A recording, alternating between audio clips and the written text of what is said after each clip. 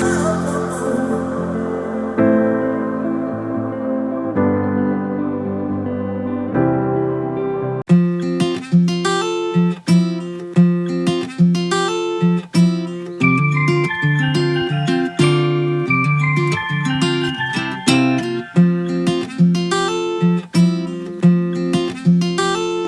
Lisa here. I just thought I would start updating from what I said I would talk about today, and that's the processes I myself have gone through for supports and mental health and what my experience has been like.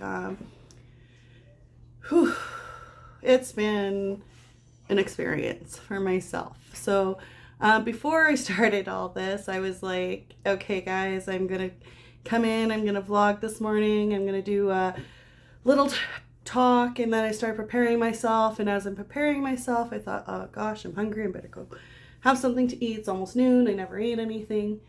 And so then I go and do that, and one of the dogs was outside and wanted in, and all of a sudden I'm like, sometimes I give like, a crust or piece of bread or whatever to the dogs, or and all of a sudden I'm like, whoa, something smells. And then all of a sudden I look down at the dog, and the dog is all happy, and well, obviously, the dog decided, I don't know, she's never done it before. Out of the one days, I finally am like, okay, I've got this topic today. Oh, well, so Hugo is bathing her at the moment, anyways, because she had rolled herself in dog poop. I don't know why. She just never done it, but she did it today. And of course, it was one of the days. This is how our life goes on a regular basis. It's like one event after another. I started sneezing like crazy right before I sat down. I started getting comfortable, started sneezing, waited for that to stop, and then put my feet up. And then I thought, well, listen to some music, relax first. And this Sailor song come on that I have on my playlist, and oh my gosh, it was like one thing after another. So anyway, it is how our days go. They start like that. So my experience of finally coming to a point in July, I believe it was July 1st, it was Canada Day. People were celebrating everywhere, celebrations going on everywhere. And you could feel the positive atmosphere of the happiness of these celebrations happening finally, and people finally having some sort of normalcy come back into life. And all of a sudden, I'm going into the hospital because I had a massive meltdown, depression, just didn't want to get out of bed, all those things, And so we get into the hospital. I get in there for my admission, and Hugo's talking to them like Lisa's voluntarily coming in here for, suicidal thoughts and issues. And they said, are you sure, you're really going through this? And and what do you want us to really do? And I mean, this is a hospital, right? So finally Hugo's like, well, shouldn't you be admitting her if she's suicidal, or doing something for her, or getting her more referral or help or something, right? So we went from that to a point where they decided that they would admit me. And so I'm going in there voluntarily on being admitted. My mom deals with these online romance scams, which is a big part of my issues of mental health, I believe, probably, because it's been so hard on our family to, once they get involved into someone who is a senior or that is vulnerable, once they get into their mind, they just embed it in their head that the family is enemies, and that they are the only people that love them, and that you've got to love their child, or that their mother died, or all these things. They go on and on and on, and it just ruins people's lives. It really, the online romance scam seriously ruins lives and puts families through so much tremendous crap. A lot of situations that shouldn't be happening. So anyways, I began to start, talking with some of these online scammers, and because they're constantly trying to contact me, all this stuff. And so I eventually was like, oh yeah, he's like, oh, are you married? Yeah, I'm married. And people were reading this and they're like, oh, you're married. Anyways, this whole confusion of everything happened. And when I got into the hospital, I got admitted. And one of the doctors said, sometimes it's a good thing to not have your phone for a little bit so you can just relax and stuff. And okay, I agree with that. So I handed over my phone for overnight. Plus my mom's online romance scams and stuff. And Hugo's worried about all them constantly contacting me and showing them that they're contacting me. And, and that it just is nonstop and stuff. So I get handed over my phone, and I like to listen to music. I like to be able to read. I like to be able to just be able to take my mind off different things. And I did in the hospital while I was there and while I had my admission. So the doctor said, well, we'll give you back your phone the next day, right? And the next day comes, I wait. And so I just continue to color. I don't remember. I think my roommate or someone had given me coloring, and or Hugo had brought them for me. And I just sat there coloring and reading. Yes, he brought me some books eventually, and I just read and colored. That's all I did. I promised myself I would not leave my room, and I didn't. So I was kind of tiffed. I was like, okay, I voluntarily handed over my phone and nobody's giving me the gratitude to hand it back. I just got admitted. Now you got to imagine, I never even got the opportunity to do anything really wrong at this point, right? So, and I went in voluntarily. You got to imagine, I went into the hospital on a volunteer basis. So because I was under suicidal, which majority of people would, have told us that it's like usually like 30 days automatically that you're going to be in the hospital for this, right? After I had been released. So we're going to get into this whole topic of how mental health can be really good. There's pros and there's cons. And those cons are where we really need to work hard on. So the pro was I went in there for the help. Con was they put me under a mental health act and took my voluntary away. And I wasn't really fully aware of this. They said I wasn't cognitive, things like this or whatever. Anyways, they took advantage of that. And so then I let the day pass. I didn't get my phone back. I waited. No one would return my phone. Okay. Never put up a fight about it, whatever. The next day comes. Hugo comes to visit and comes in and says, well, you haven't got your phone back. I said, no, nobody gave it back to me like they said they would. And I kept asking if I can have my phone back. Nobody will give it back to me.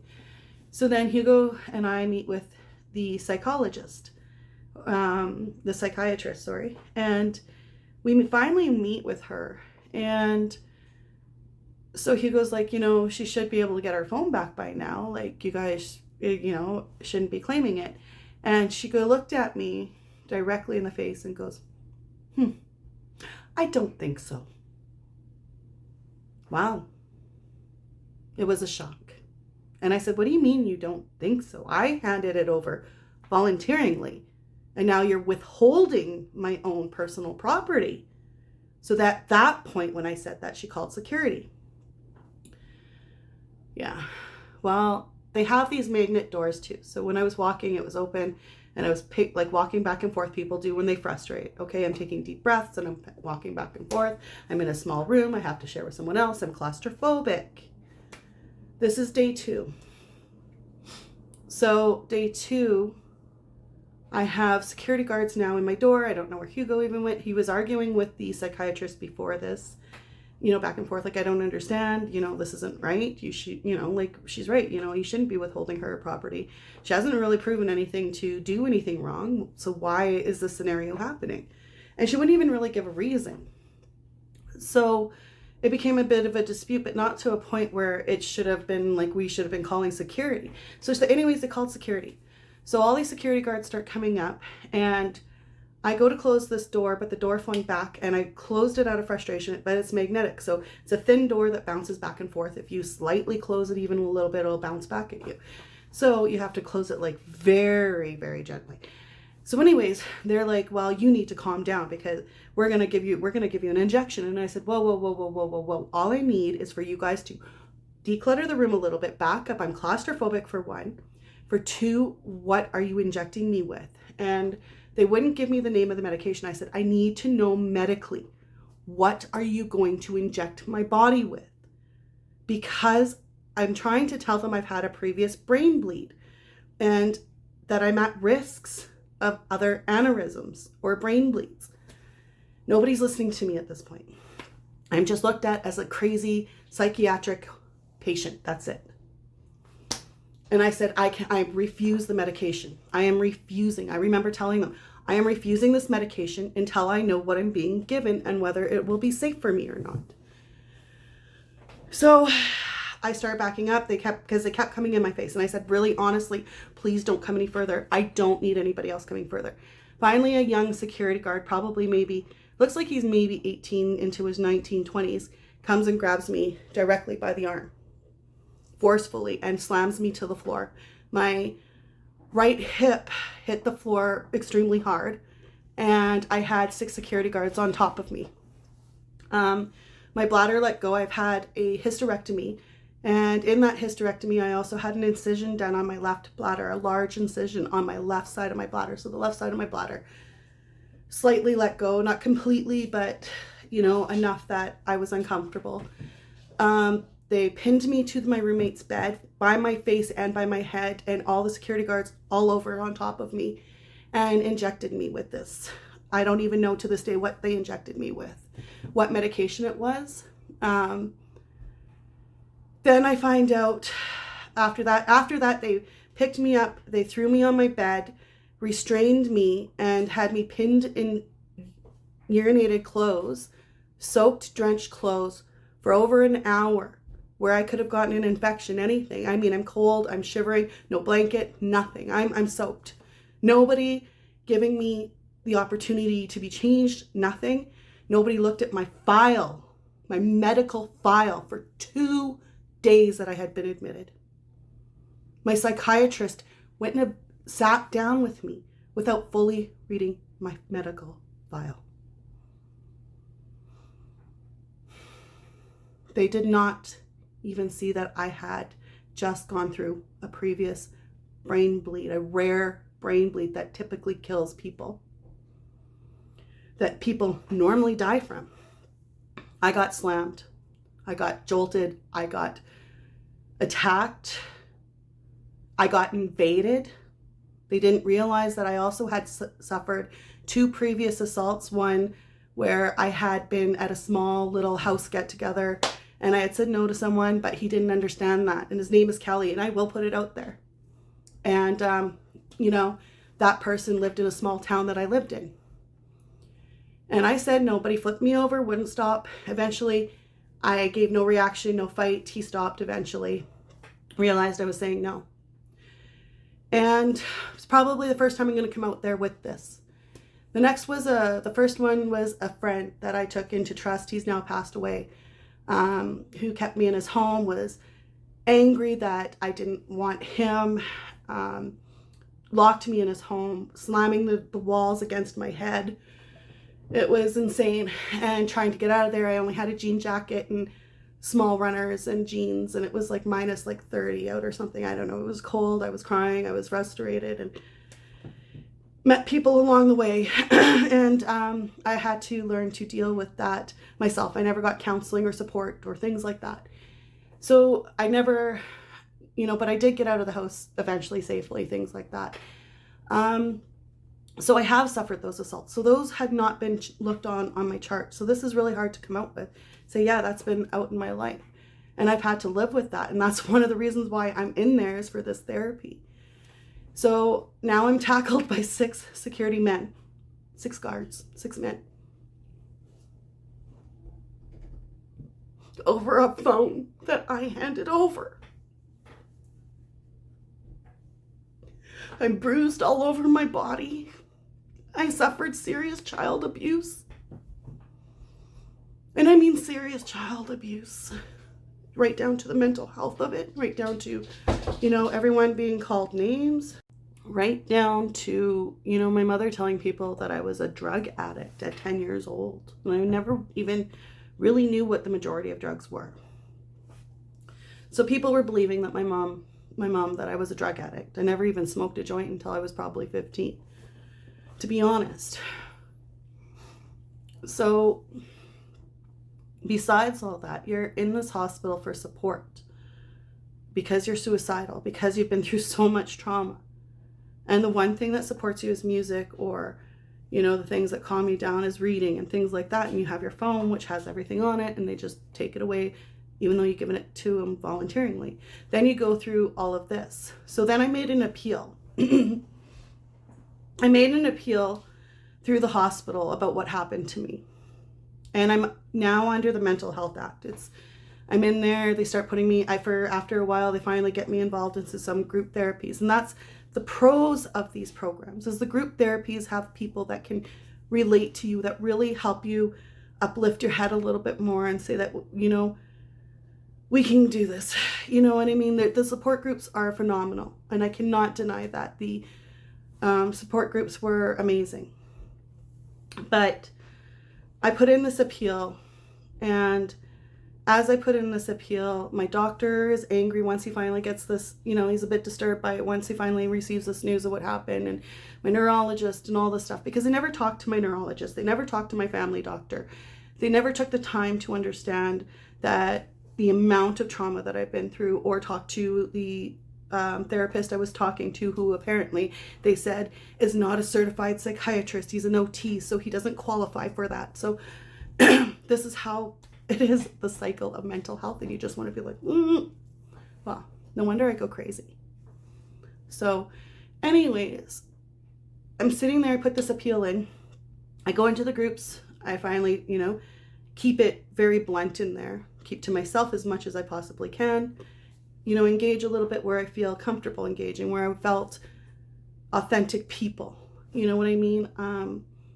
You know, the people that was around me that I felt comfortable with, and I was around really good people. So in another sense, who are going through similar or different, or understanding my situations and stuff. So anyways, that is good. But the trauma from when the 6 security guards came and tackled me, a lot of my childhood trauma events started just going, and I can't even tell you how fast. Like, I mean, it was like being sucked into a vortex, and all of a sudden I'm seeing all these flashbacks come hitting me and hitting me and hitting me and hitting me.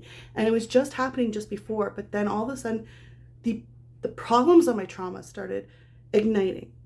And that is what I've never seen before. My lack of trust. Let's say, I was about what? I was really young. I was maybe 13, 14. And it was, I think, around Christmas. And my best friend, at the time, I had a few best friends. So I had 2 that were really close to me. But I was dating this guy, and my best friend was like, you know, you got to break up with him because I really like him, and I want to date him, and you shouldn't be dating him because I like him, and blah, blah, blah, and put this pressure on me, this really bad pressure on me. I remember it was like the first time I really felt a horrible anxiety impact in my chest. Like, absolute pressure. And this was like somebody that I would say I really connected with and stuff like that. And I was like, what is going on? And I break up with the person, fall into a bit of a depression, and things, you know, took different turns in life.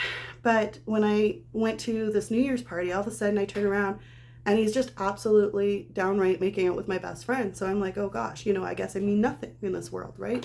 So there goes my whole confidence and my lack of trust in people right there.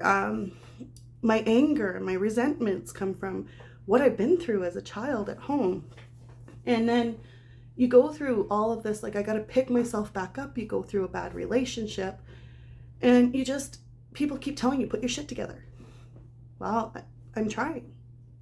But I keep hitting these roadblocks. I keep hitting these walls. I keep hitting this dynamic, and I'm like, and I'm climbing up a mudslide, and I just keep going down the mudslide. But when you fall down that mudslide, you also start seeing things you never seen before. So it's not a whole negative. So I went down this whole mudslide with the hospital, security and all and everything. My lack of trust now in that aspect diminished. Since I come out of hospital, I've hardly left my home. I've rarely left my home. I was actually, after a little bit, just before my appeal started to go through, they came to me, it was about 10 days later, and said, we're putting you on volunteer admission now because you came in on volunteer and you're under the Mental Health Act. And I said, oh, okay, well, I agree with that. So she said, okay, good. And then she explains to me, this is the funny part. explains to me that now that I'm under volunteer, my appeal is terminated. My appeal got terminated. So that got swept under the carpet pretty quick. Then apparently they say, I've been told by other nurses who work with mental health or have worked as RNs in mental health or things like that, or actually I haven't been told, but Hugo has been told that it's a maximum of 30 days that you get an admission when you go in for suicide. And we find this out after, because everybody kept going, you're out? My own son was like, open the door. I opened the door one day and he come to pick up his sister and he's like, what are you doing out? And I'm like, what do you mean? Like, why is everybody so shocked that I'm out? 10 days later, I'm out of hospital. And I'm wondering, why is everybody so shocked that I'm out of hospital already? I'm like, man, I did good, guys. Come on. Like, nah. But anyways, they put me in a 21-day program telling me that I would have my own little room.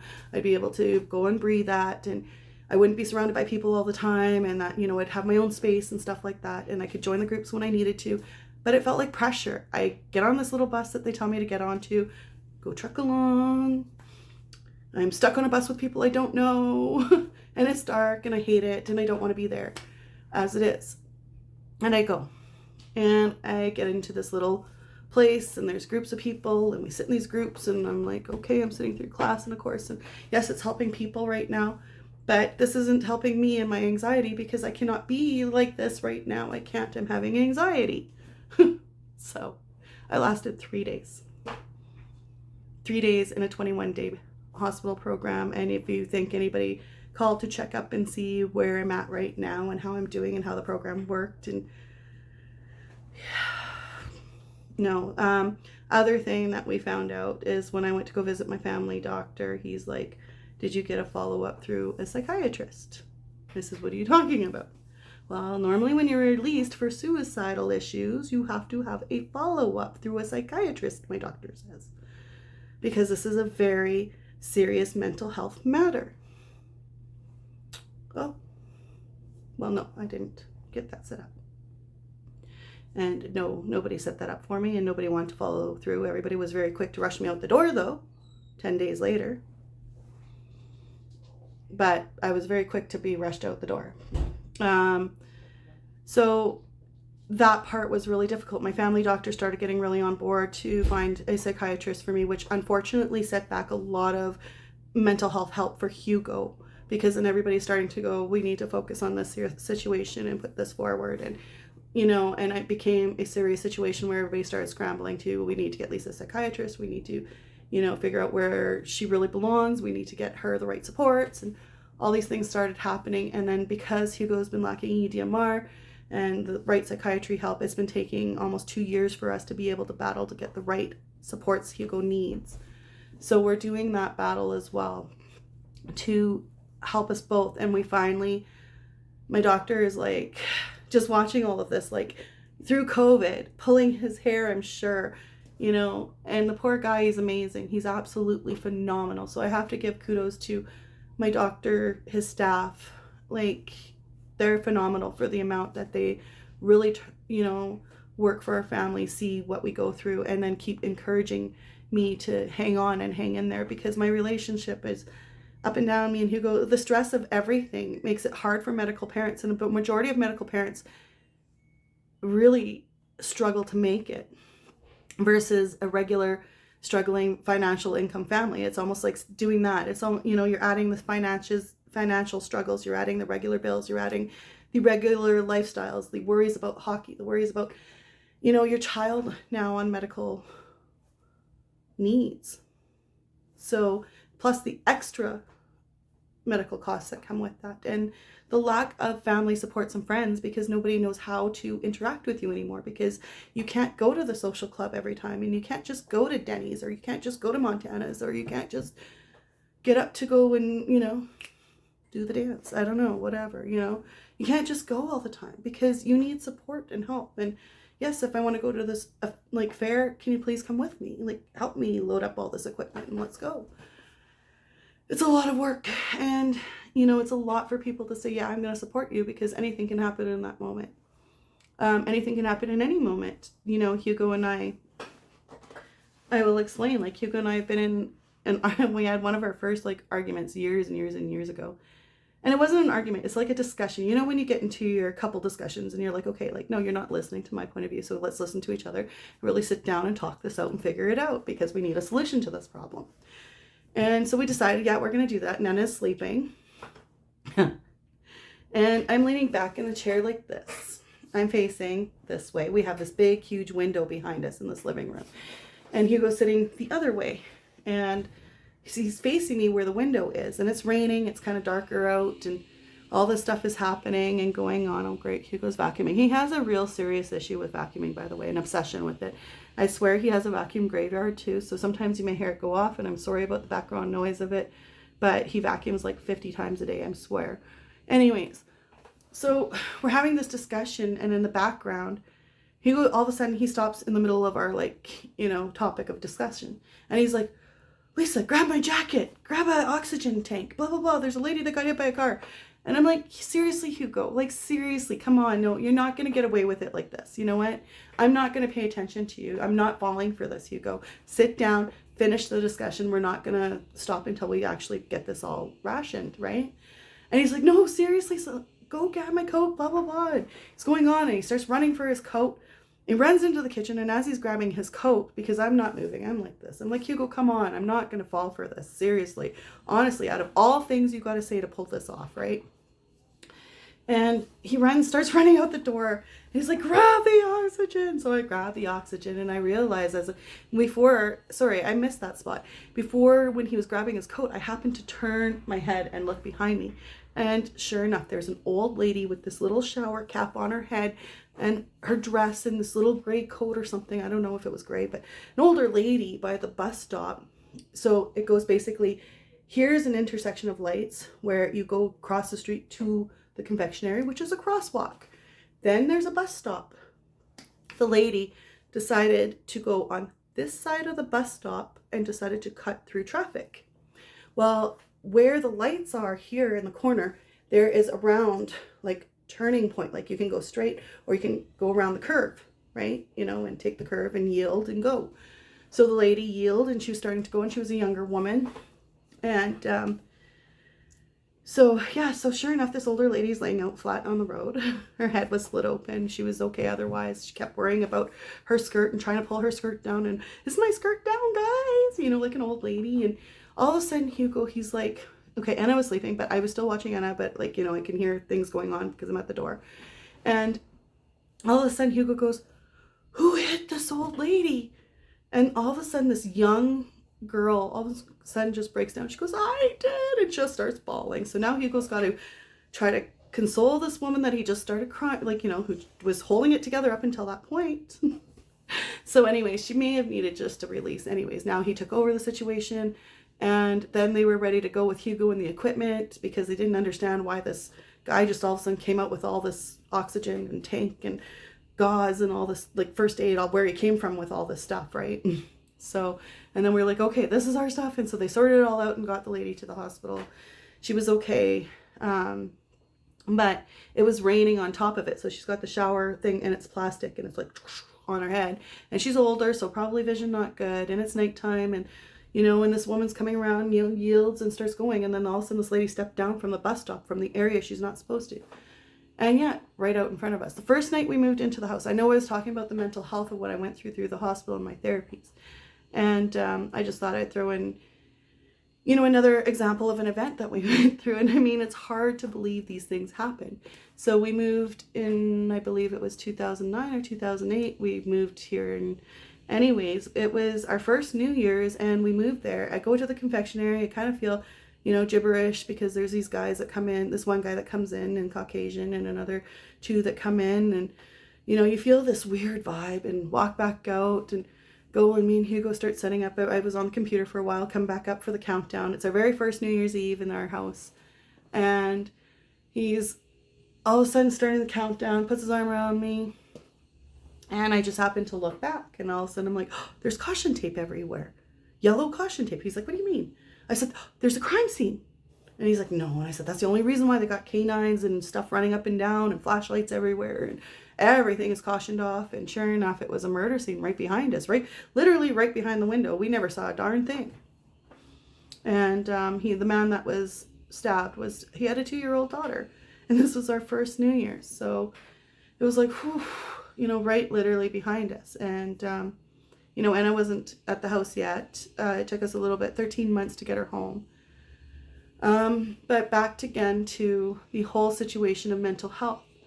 I truly believe it needs in my own opinions, it needs a really big revamp, because I'm finding, if you're starting to look at the increase around Vancouver sites, or, even if you look around Lethbridge, for a very long period of time, Lethbridge in Alberta has been,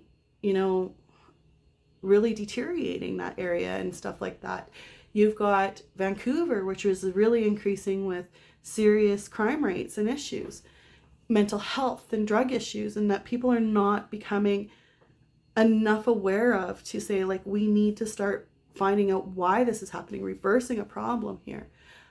Example for addictions and things like that. My mother, gambling, it didn't matter how long I had been sitting in a car in a parking lot for. How hungry I was, how thirsty I was, how tired I was, if I had school the next day. She didn't care. I was in that car for hours and hours and hours all night, sometimes till 3 or 4 in the morning, till the bar would close down. Sitting in a car, freezing, because you're trying to save the last little bit of gas that you don't have money for anymore, because now it's going to be all gone in the VLT, a government VLT. And then I have Hope School come to me and say, we're doing a fundraiser. Can you please support the casino fundraiser? And I said, no, I'm against it. And Hope even made it clear that I'm very against this fundraiser. And they're like, oh, but it brings so much money to our schools. Okay, so why are we supporting so many lunch programs? Why are we supporting so many donated school programs for kids, for clothing for kids, things like this? Why are all these programs becoming more of a need now? Becoming more increasingly of a need. More children, if you walk around and you start seeing, you're seeing where our souls are getting lost. I mean, I'm walking around now, or not walking around, but even just taking a small drive, I'm seeing people like you or me pushing carts around, not knowing where to go now, because they have not been in that position. The mental health, the rate of everything increasing, and the rapid that people cannot keep up to, the people who had fallen down from the economy fall there, that happened when it was, I was going through cancer, 2018, in the oil and sands crisis. But we're not going to talk about that, right? Let's keep going. So where are we going to start picking up again? Where are we going to say that, we've got these protests and things that every life matters, or Black Lives Matter, or what happened to every life matters? What happened to, finding a way to say that we need to build up again? And I've been watching it in YouTube sometimes. There are people going out there and starting to make a difference in people's lives, whether they've got the worst addiction or not.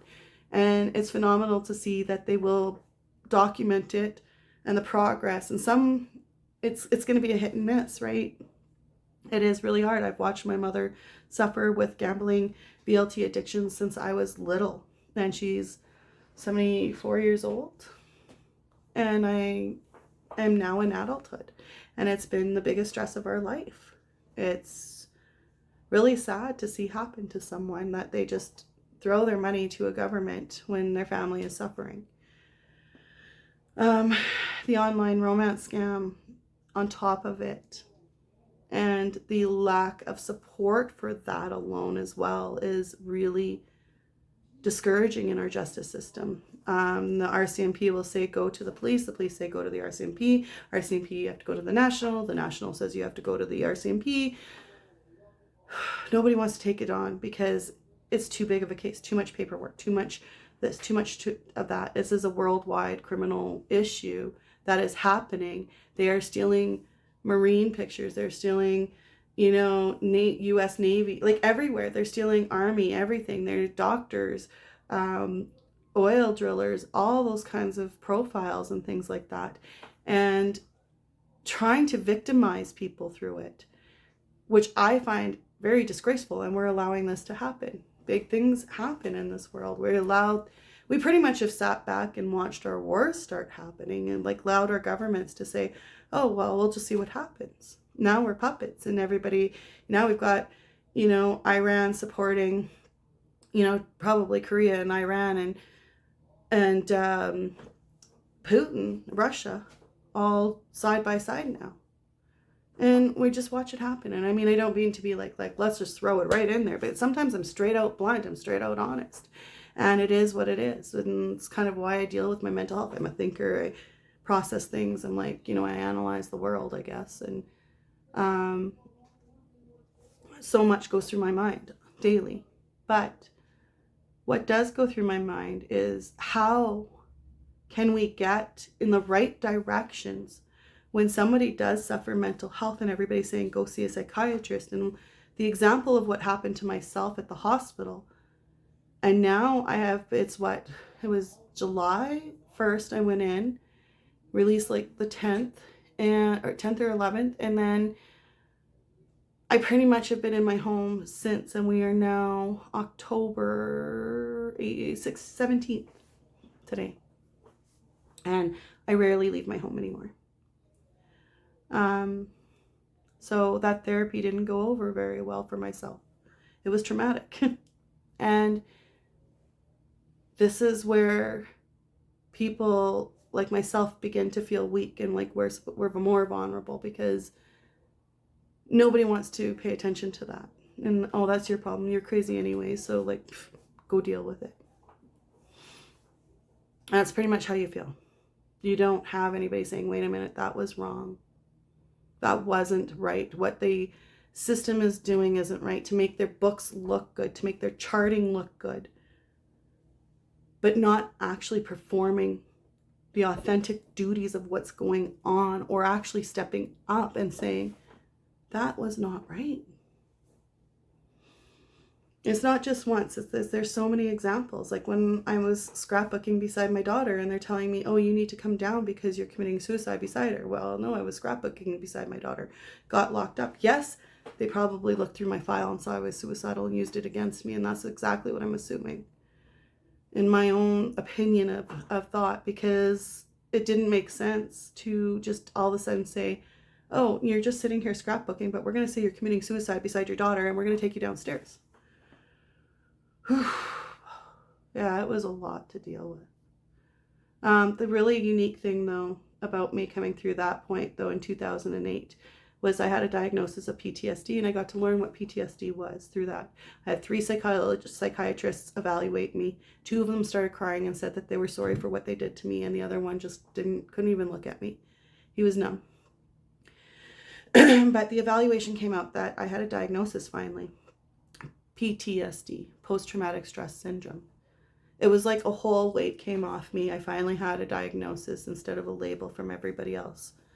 No, I wasn't bipolar, but I can be bipolar symptoms. It can react to ADHD symptoms. It can, you could be like from one degree to the next, happy, sad. It's a very complex situation. Unfortunately for myself, I'm to a point where I used to walk every day, and now I'm like, peek out my window. Maybe I'll go for a walk today. No. And then I get this heavy set of anxiety, and I can't breathe, and I'm like, no, I'm not going there today. I'm not doing this at this moment. So anyways, the pros of looking for supports. There's not always a horrible psychiatrist. Keep going, looking for the right.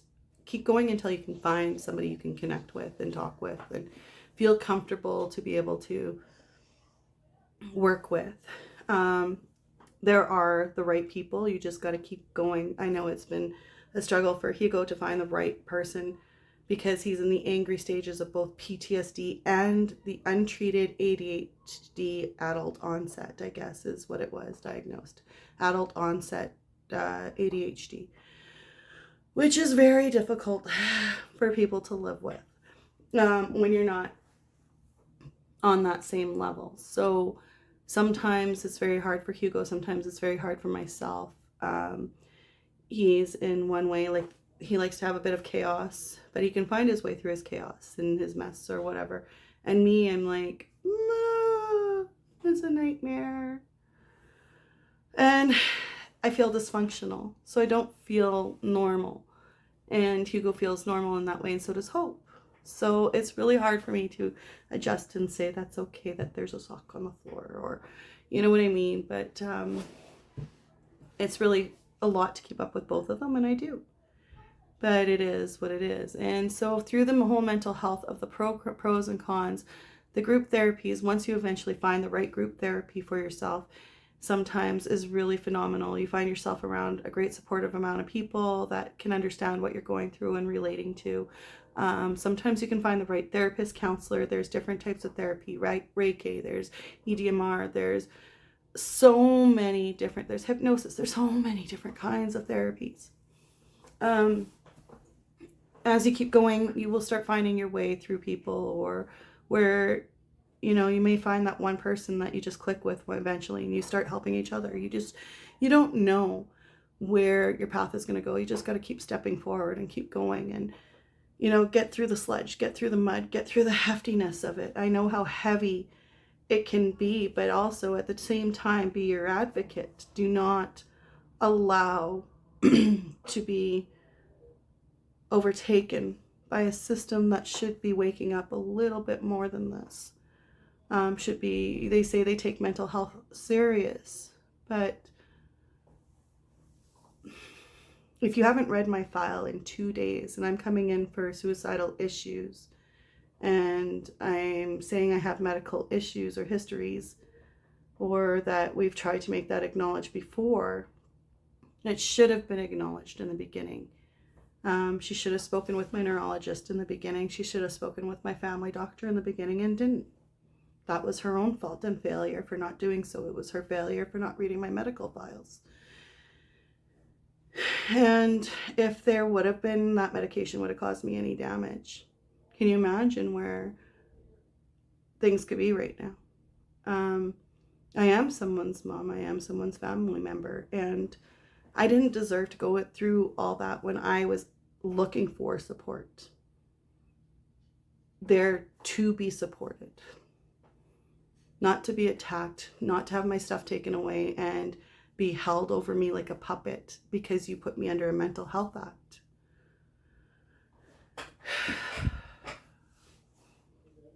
So I stayed quiet, just sat there, did what I had to do until I got out, because I knew I knew it would be a matter of time they would make sure I was released, because I was now a liability to their process of what happened. Not only was it hard on me, it was hard on my family. After, and of course I will be posting the pictures with clips and things like that there. It was very difficult for my family members, you know, for Hugo to walk in and see all of a sudden I'm bruised everywhere. And if he would have stayed, it probably would have been a lot worse. He probably would have been in jail, not getting the help he needed. And that's the other thing too, is that they'll put you in jail, but they won't put you in the right program, because you have to be willing to.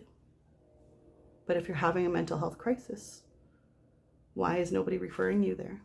Other situation, being power of attorney for my mom, to try to get help for my mom. They were like being denied everywhere. No, you can't help her here. You can't help her there.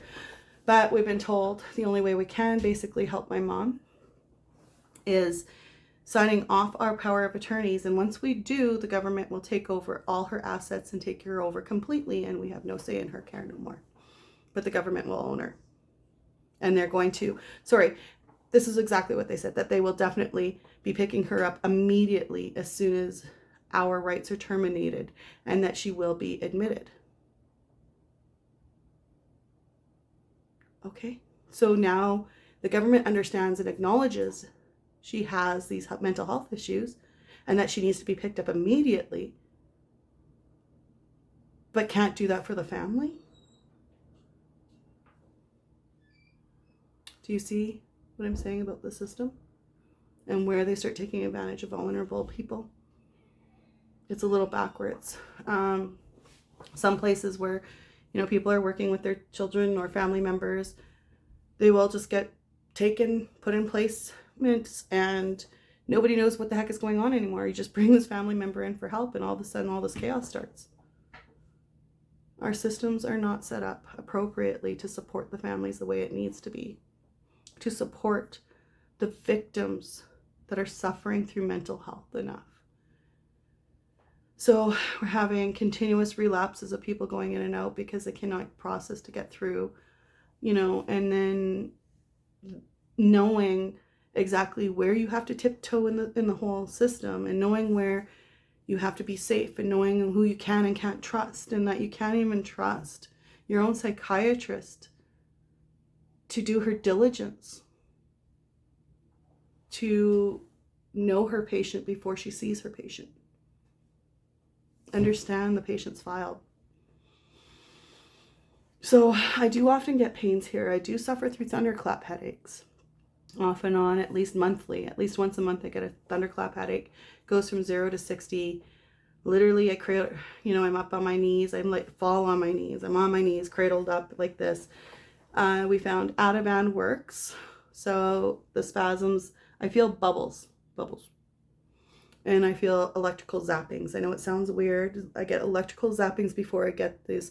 I usually get them in here and slightly in here. And then I get a thunderclap headache the next day is usually what happens. They drive me insane. They're very painful. I'm always just terrified about having the next one. So I'm learning to zen myself again. I have to literally learn to find a peace in myself. And it's very difficult as you try to reach out and explain to people, I am in psychiatry. I do get help. I am there. But there is a certain step of it that you realize the support in it is really lacking the benefits for it. The paperwork looks good. The red carpets look good. But the lumps underneath are pretty heavy and gross. And that's what everyone avoids to look at. It is controversy. So you don't want to have that. It's a controversy topic. And I am going out with this controversy topic. This is something nobody wants to really talk about, but suffers with, or people see somebody suffer with, but don't have the time for, because you're exhausted and tired yourself, and you're just exhausted trying to help people. And then the next thing you know, your friend is gone. That person that you didn't make time for is gone. So we've got to start changing that in our world. We've got to start making time. We've got to start finding acceptance. We've got to start diminishing the negativities that we've got out there and that we are creating as a world, and allowing to be created, and start changing those dynamics. In my suggestion, someone's suffering mental health, be there. Make 10 minutes for them. Get them a coffee. Even if you see somebody slouching somewhere on a bus stop, not smiling, sad, make their day. Get them a chocolate bar. I don't know. Say hi. I don't know. We've run into this world where everybody is starting to isolate each other. We no longer say hello to each other nicely. We no longer talk to people very much anymore. Everything is cyber linked, and everybody's cyber linked, and everybody's grouped and individualized, and diversity, and this right and that right, and this group and that group. And yeah, so people really need to learn that. Stop telling people to go see a psychiatrist and say, I will go with you to your next appointment. I will go in there, sit with you, even if I have to sit in the car parking lot for the hour. I will go with you. Stop telling people, go see a psychiatrist. Your shit is too heavy for me. Yeah. God, can you imagine what it is for me? Or the person who is suffering, the weight. Ooh, not even the Hulk. I can't even speak now. The Hulk can hold it up. So how can an individual person hold it up when it takes a village to raise a child? It takes a village to raise a child. It takes a village to come together to build a community. Can you imagine what it takes for somebody who's suffering through the mental health process? Our villages are failing that. So I would say, in some sense, we are getting there. There are, like I said, pros and cons. So I'm not telling people just give up. Definitely be aware. Be aware that you are the person in the situation who's battling for yourself. And it is your body, your bubble. And when that bubble gets invaded, you have a right to be able to use your voice on that bubble and say that wasn't right. And somebody should be able to be smart enough to acknowledge it and say, yeah, that wasn't right. We need to do something different now. So I am. And whether people take me seriously or not, that's not my call. We have been through so many weird dynamics that honestly people are like, if they have never seen what we go through on a regular basis, you would never believe that we actually go through all this stuff. But we do. And it's not easy, but it is what it is. So anyways, I'm going to let it go at there. I just want to make sure that, you guys know how to get to a point where you can start looking at a view from someone who goes through mental health a little bit themselves and is starting to put themselves out there and say, like, this is a bit of my mind. I'm not saying everybody's exactly the same mentally and that we all suffer exactly the same mental issues or same ways, but that at least maybe you can relate to them, or I could be someone that you would feel comfortable relating with, or things like that. But anyways, I want to say thank you to all the new subscribers. It is quite a positive for us. Our oldest daughter, biggest goal is to become a YouTuber one day, or have her family. She's very big. She has a very big idol that she's always loved on YouTube, and follow the family all the time. She's like huge about them all the time. So she's always been inspired by them and stuff like that. And it's been her inspiration. And I've always gone over what she wants to do and things she wants to do. And it comes down to YouTubing. So in as light of life, I just, ask that by the time we reach her birthday, that we can actually start hitting her dreams and goals of those 1,000 subscribers and things like that. And being there, and supporting and encouraging everything she is and who she was and everything she's been there for, and her goals and dreams, because she's an amazing child. And just to follow her family in a positive aspect, and perhaps we can be a positive aspect. It's, it's not always going to be serious talk. It's going to be eventually like, hey dudes, we're going to West Edmonton Mall today, or we're going to go to the zoo, or I don't know. I'm going to figure it out. I got a Space Science Center ticket somewhere that was donated to us, and we haven't used it yet. So who knows what we're going to do? I don't know. We need to just kind of get ourselves back up again. And I'm slowly rebuilding myself again so that I can finally get through therapy. I can finally find me again. And that's what I'm working on. So, it's step by step, one day at a time. And it's process. It's a process, guys. I'm not going to be perfect. I'm not going to be the world's greatest vlogger. Maybe I will. I don't know. But I am here, and I'm kind of going through our events, our daily process, how I'm doing. This past couple days, I suffer anxiety. I have been going like sweating off and on. That's why my hair is like dull. So I'm up and down. Anyways, I'm taking up a lot of people's time, I'm sure. I hope you enjoy it. And like, subscribe, follow, I don't know, whatever you choose to do. And you know what? Keep it clean, guys.